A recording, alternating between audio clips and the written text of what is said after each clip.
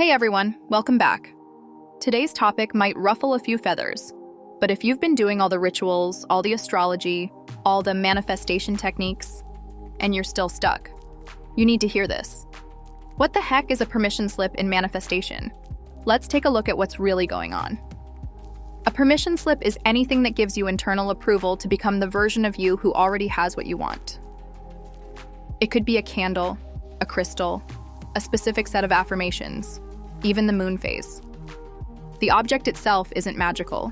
The ritual isn't doing the work. You are. When you engage in a ritual, what you're really saying is, now I'm allowed to believe. Now I'm allowed to shift. Now I'm allowed to receive.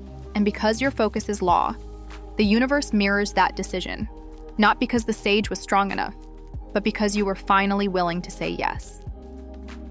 Permission slips aren't bad. They're not fake, but they're not necessary either. If you think you need the tool to manifest, you've handed your power away to an object that was never the source. You start to believe, I can't shift unless I do this first. I can't manifest unless the astrology is perfect.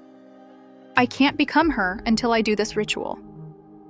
And that belief is what keeps you in the loop, because what you focus on becomes your identity, and what you identify with becomes your reality. So if your ritual starts to feel flat, that's not failure. That's your soul saying, hey, you don't need this anymore. You don't need to wait for the right moon phase.